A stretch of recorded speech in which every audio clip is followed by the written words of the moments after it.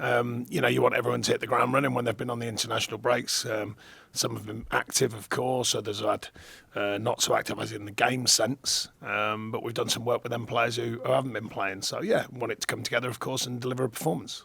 Is it possibly, you probably get asked this question a lot, is it a good time to face Liverpool after an international break? Yeah, I've been asked that many times. Yeah. They've had 12-30 games, so they've had a lot of players away who've travelled. Yeah, well, their record's very strong. They're a very good outfit. We know that. Our record needs changing there. We know that. It's been a long time with not many wins, but it's a tough place to go. Like I said, so I don't think we'll be listening to the kind of the noise around it. We're trying not to anyway, but there is a lot of noise, rightly so. Big game, but it's more about our focus to get through that and concentrate on our performances, because I think generally they've been strong, but we are taking on a top side. You've experienced one so far. That was at Anfield. How much are you looking forward to this one? Yeah, I must say, from afar, the stories, but it's not the same as when you're in it. The focus stays the same, when the whistle blows, you're focusing on the teams, but the build-up, the feel around it, there's no two ways about a proper derby. I've played in a few and I've been around a few, but it's certainly the biggest one I know and I've been involved in. I've only had one experience, but I'll certainly be looking forward to the next one. I know you quoted as saying it's a game for the people, the fans. No, only quite that, because I think, when it's something that your life is around, I think it's different. So I don't try and jump into that. It doesn't mean I don't challenge myself to care deeply about it. Of course I do. About the result, the feel of the performance, the feel around the Evertonians. Of course I do. But I haven't got the depth. So I always reference that, because I've always thought it was a strange thing. Particularly, I'm still relatively new to Everton, as a manager. And I think you earn the right to have that same depth about these games. So I'm learning all the time. But yeah, that's why I mention it's about the people, because it means so much. Great to head into it, though, isn't it? On the back of that victory over Bournemouth. Is there a bit more of a bounce around the place following the recent results?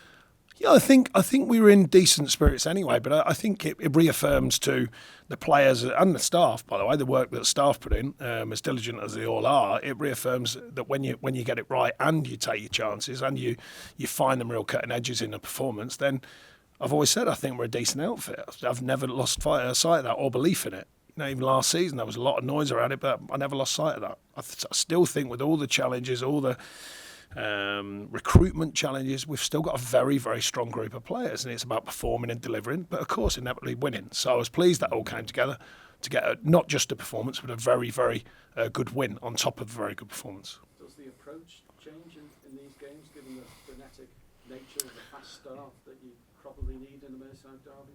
Well, it sometimes does, but it sort of shouldn't really. You want your players to go out there and have that feel. You want that edge that I've spoken about many, many times. You want that from any game. But it always adds that extra little bit when it is a game like this, or it always seems to. Not literally always, but it always seems to, and it feels like there's that energy from the off. You can't have a chat with you without talking about Dominic Calvert-Lewin, True, well, yeah. But I know he didn't score against Bournemouth, but he had a very good game, and we know we can't have a total reliance on one player. But he does seem crucial to the way Everton play. Do you see it that way as well? I don't know about crucial, but we know he's an effective player. We know he's getting back to full fitness and sharpness. I think that's very obvious by the way he's playing. His stats support that as well, his physical stats. And really, I think it's just keeping out on the pitch as many times as possible until he's totally free-flowing, because I think he's a very, very good player. He's got 49 Premier League goals for the club, so it'd be a good time to get the 50th. I'm absolutely sure of that. Idrissa Gana Gueye, is he fit and available? Yeah, he had a knock, unfortunately, that needed settling down. Virtually everyone, apart from the longer term, Dele Alli and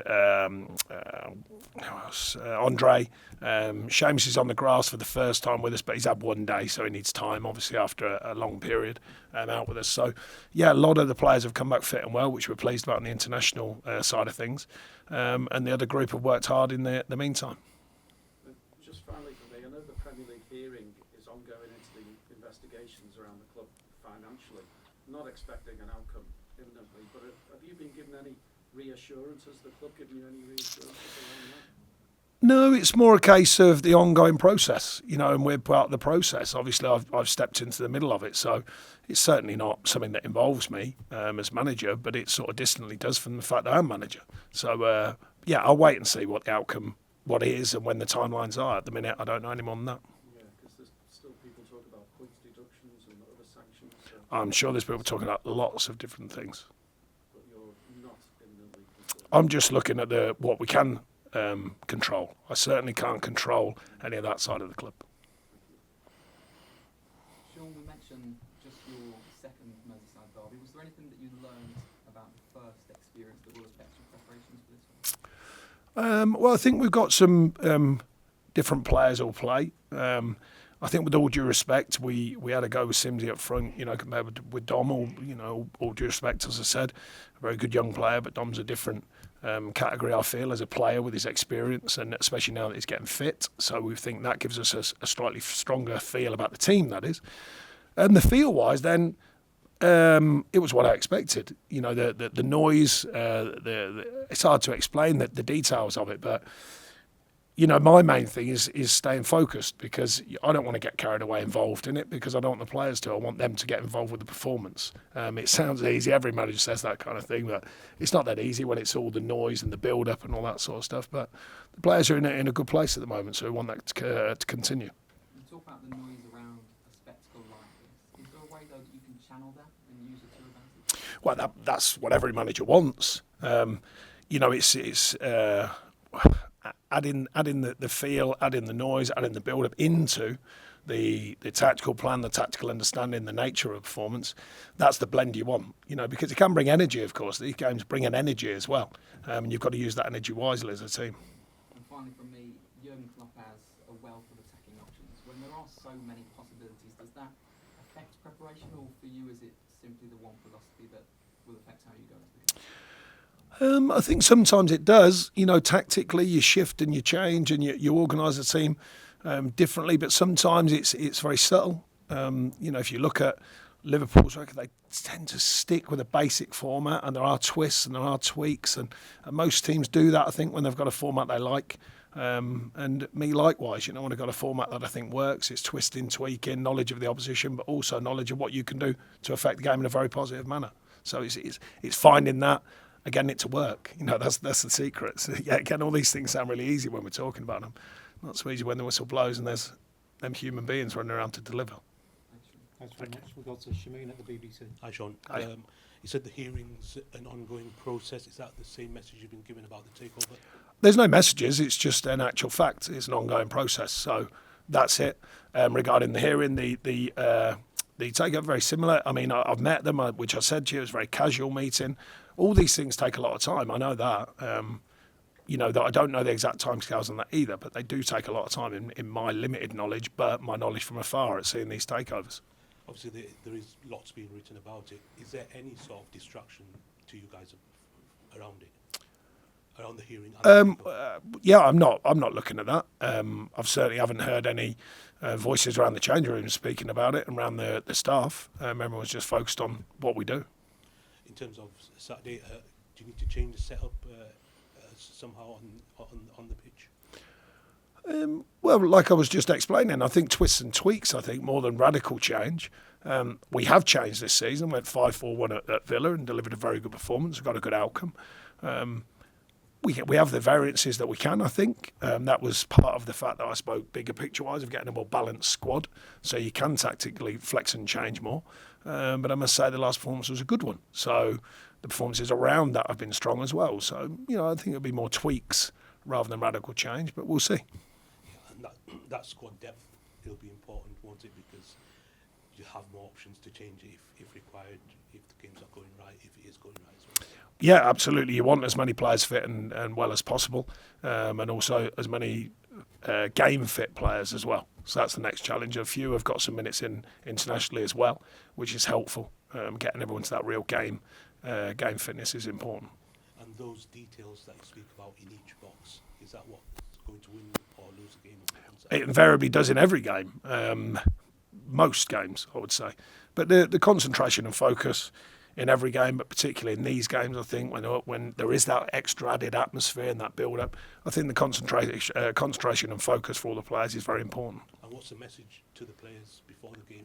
Just keep delivering the performances. It's, you know, to the adjustment I've been searching for since I've been at the club is a higher level of consistency, both on a weekly basis or bi-weekly, however many games you're playing, and also during a game. So to keep the consistent level of performance, keep the good habits of what we're trying to achieve and what we do on a weekly basis. And you know, whatever game you're playing in, we want that to be an automatic thing when we push the level to a higher level of consistent performance.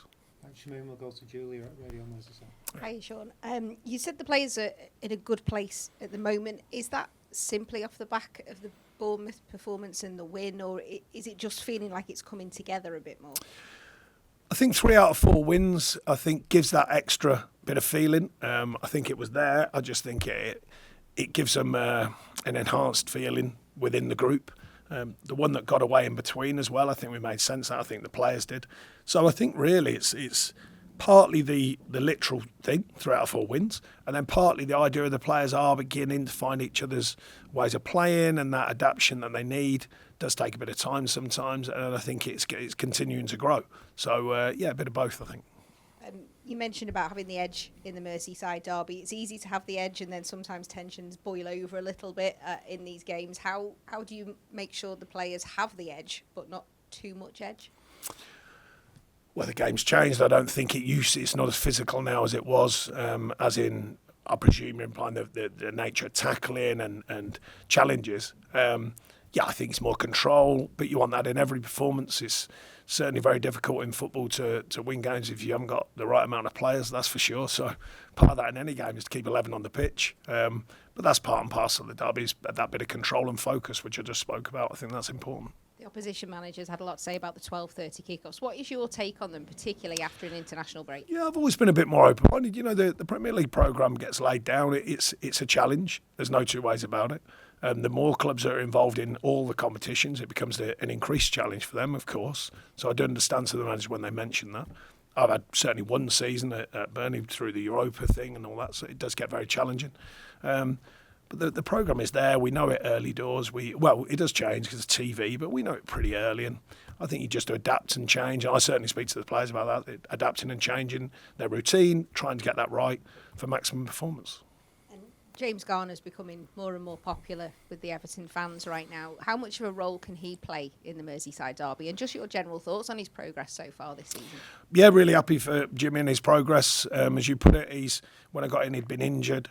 I knew of him from the season before at Forest. I went down to Forest quite a bit that season while I was having a rest. And he was performing there. And when I got here and he was injured, as I said, to get back to true fitness, deliver, his adaptability for a young player is very, very pleasing. But I've always seen him mainly in a central role. I still do. But I do like the flexibility of him. You know, he's a player that can use that wisely, and he does. And he's been very open to use it for us, and he's worked very hard in other positions. And he's growing into what he is, and that's a very good footballer in my opinion. We'll go to Carl at the Press Association. Hi, Sean. I presume by now you've got a very good method of shutting out the outside noise that's been going on at the club. Yeah, I just don't read it or listen to it. That's the easiest thing. Absolutely. But do you have a mechanism so you can work out what you don't need to hear and what you do need to hear? No, it's very difficult because the amount of attention every game gets now, Premier League games or Premier League teams get.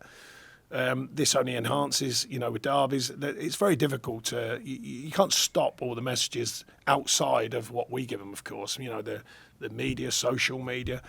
So the players have to learn to adapt to it. Goods, bads, and indifference. The players have to learn that's part of their careers. It's part of who they are. Managers as well, by the way, of course, staff as well. Everyone connected with it. So I don't think there's a perfect way of dealing with it. You just manage it the best you can. In terms of the off-field stuff, which obviously creates the most noise, that has created the most noise, obviously there's a lot of stuff that goes, there's a lot of reports, a lot of stuff swirling around, which some's true, maybe not true, and you sort of, you put that to one side, but what I'm trying to say is, are there things that you think, I need to know more about that, I need to go and ask somebody about that, or...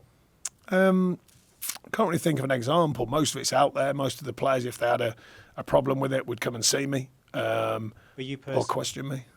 No, I don't know. I know what I need to know, and that's enough for me. I don't need to, add in another level of someone's opinion, an opinion on this, an opinion on that, an opinion. I know what I know from inside, so it's often irrelevant what someone else is saying from the outside because I actually know what's going on.